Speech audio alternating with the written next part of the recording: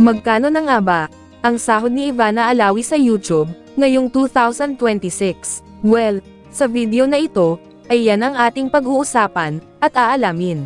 Si Ivana Alawi ay 29 years old. Isang actress, model, TV personality, at YouTuber. Natin, the one and only Alexis Vaz! Hello, mga kaputi! Thank you! Isang lupang binibenta dito.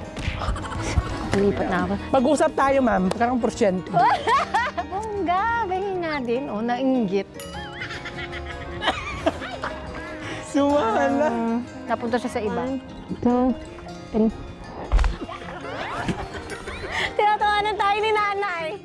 Taong 2019, mas umusbong ang pangalan ni Ivana, dahil sa kanyang vlog na pinapakita niya ang kanyang kagandahan at kaseksihan, na talaga namang kinabaliwan ng marami, lalo na, ng mga kalalakihan. So ito yung mga t-shirt, ang paglaban namin, kilikili lang kasi mabao yung kilikili ko.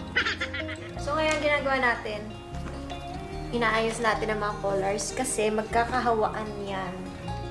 Pero hindi lang sa beautiful personality nito, ang talaga namang napansin sa kanya ng mga manunood, kundi dahil sa kanyang kabutihang puso, nagbibigay siya ng tulong sa mga taong nangangailangan. Salamat po. Salamat din po. Salamat po sa inyong lahat. Salamat po. Lalo po sa inyo po, ma'am. Tulog po kayo na langit. At isa rin sa mga nabigyan ng tulong ni Ivana, ay itong si Tatay Jesus. Dahil kung ating matatandaan, gumagawa ng social experiment noon si Ivana, nagpanggap siyang buntis, at humihingi ng tulong sa bawat makikita niyang tao sa daan, pero marami ang hindi nagbigay, hanggang sa dumaan si Tatay Jesus, at napansin niyang humihingi ng tulong si Ivana, agad namang binigyan ni Tatay Jesus si Ivana ng pera na 10 peso, para pambili ng pagkain. May bigyan ka siya pagkain. Akin to? Opo. Yan. Sige, kain ka na. At dahil sa pinakitang kabutihan ni Tatay Jesus kay Ivana, ay agad din itong binigyan ng tulong ni Ivana si Tatay Jesus, pinauwi niya si Tatay Jesus sa kanilang probinsya, dahil matagal na pala itong hinahanap ng kanyang pamilya, pagkatapos binilihan ng lupa, at pinagawan ng sariling bahay. So yun mga idol, ginawa nga pala ni Ivana Alawi ang kanyang YouTube channel, noong June 1, 2018. Meron na itong total video views sa ngayon na umabot na, sa 1,932,278,910.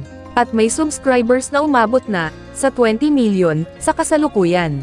Kaya atin nang pag-uusapan at aalamin, kung magkano na nga ba, ang estimated sahod ni Ivana Alawi sa YouTube, ngayong 2026. Gamit ang public website na mula sa public data ng Social Blade, ay ating malalaman o makikita, ang estimated sahod ni Ivana Alawi, ngayong 2026. At sa mga hindi pa nakakaalam, ang Social Blade nga pala, ay isang public website, na kung saan kahit sino, ay pwedeng tumingin sa analytics, at estimated earnings, ng isang YouTuber, or influencer. At narito, ang YouTube analytics ni Ivana Alawi, na mula sa public data, ng Social Blade. Dito sa kanyang subscribers, ay nasa 20 million na. Video uploads naman, ay nasa 258 na. Total video views naman, ay nasa 1.9 billion na.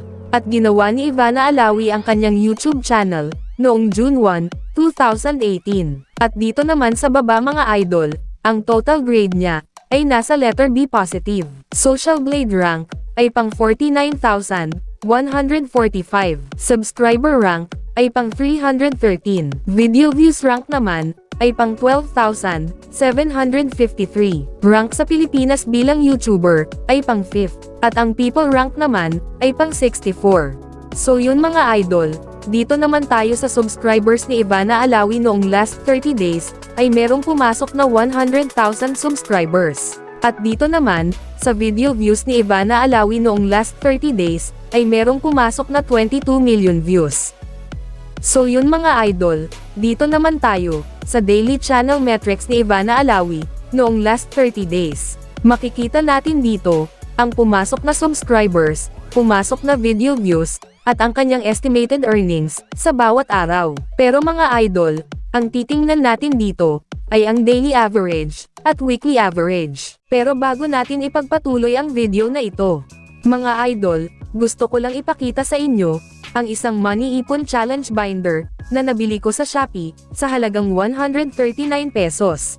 Sobrang quality niya, dahil matibay yung plastic, hindi madaling masira. Meron itong 100 pages, at kung tig 50 pesos ang ilagay mo at napuno mo ito, ay meron kang 5,000 pesos. Pero syempre, kayo na bahala, kung anong gusto nyong ilagay na pera. Kung gusto nyong bumili nito, e-click nyo lang ang more sa ibaba ng video. Tapos e-click mo itong Shopee link, pagkatapos mong e-click ang Shopee link, ay mapupunta ka na sa Shopee, at diretso ka na sa item, na Money Ipon Challenge Binder. Dito mga idol, pwede kang mamili ng color, merong blue, pink, green, purple, dark green, at black. At kung meron ka nang nagustuhan na color, e-click mo lang ang buy. Umpisahan na nating mag-ipon mga idol, para sa kinabukasan. So yun mga idol, back to the video na tayo. Simulan natin dito, sa daily average. Dito sa subscribers ni Ivana Alawi sa loob ng isang araw, ay merong pumasok na 3,300 subscribers. At sa video views naman ni Ivana Alawi sa loob ng isang araw, ay merong pumasok na 718,278 views. At dito naman, sa estimated earnings ni Ivana Alawi sa loob ng isang araw, simula dito sa lowest, ay merong pumasok na $718 hanggang sa highest na umabot ng $1,400.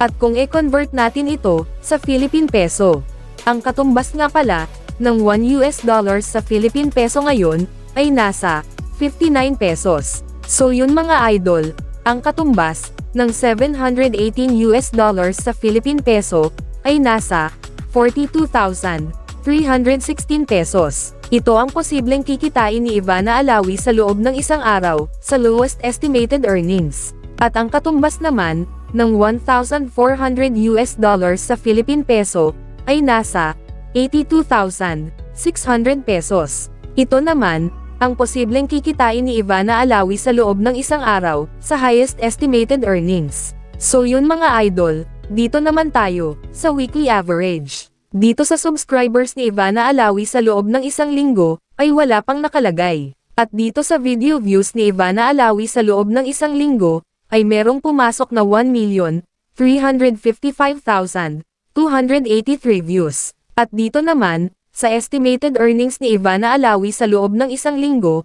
ay merong pumasok na $9,500 hanggang sa highest na umabot ng $19,000. At kung i-convert natin ito sa Philippine Peso, ang katumbas ng $9,500 sa Philippine Peso ay nasa 560,500 pesos. Ito ang posibleng kikitain ni Ivana Alawi sa loob ng isang linggo, sa lowest estimated earnings. At ang katumbas naman ng $19,000 sa Philippine Peso ay nasa 1,121,000 pesos. Ito naman, ang posibleng kikitain ni Ivana Alawi sa loob ng isang linggo, sa highest estimated earnings. So yun mga idol, dito naman tayo, sa monthly estimated earnings. At uulitin ko lang mga idol, ang impormasyon na inyong nakikita, ay isang estimated earnings lamang. So yun mga idol, simula dito sa lowest, ay merong pumasok na $22,000 hanggang sa highest na umabot ng $43,000.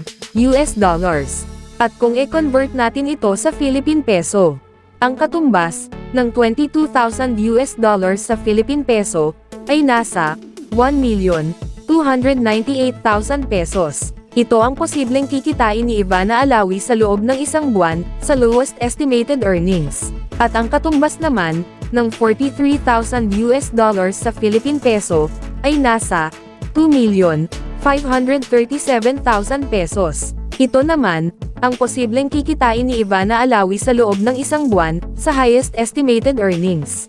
Ngunit sinasabi ko na sa inyo mga idol, ang impormasyon na inyong napapanood, ay isang estimated earnings lamang.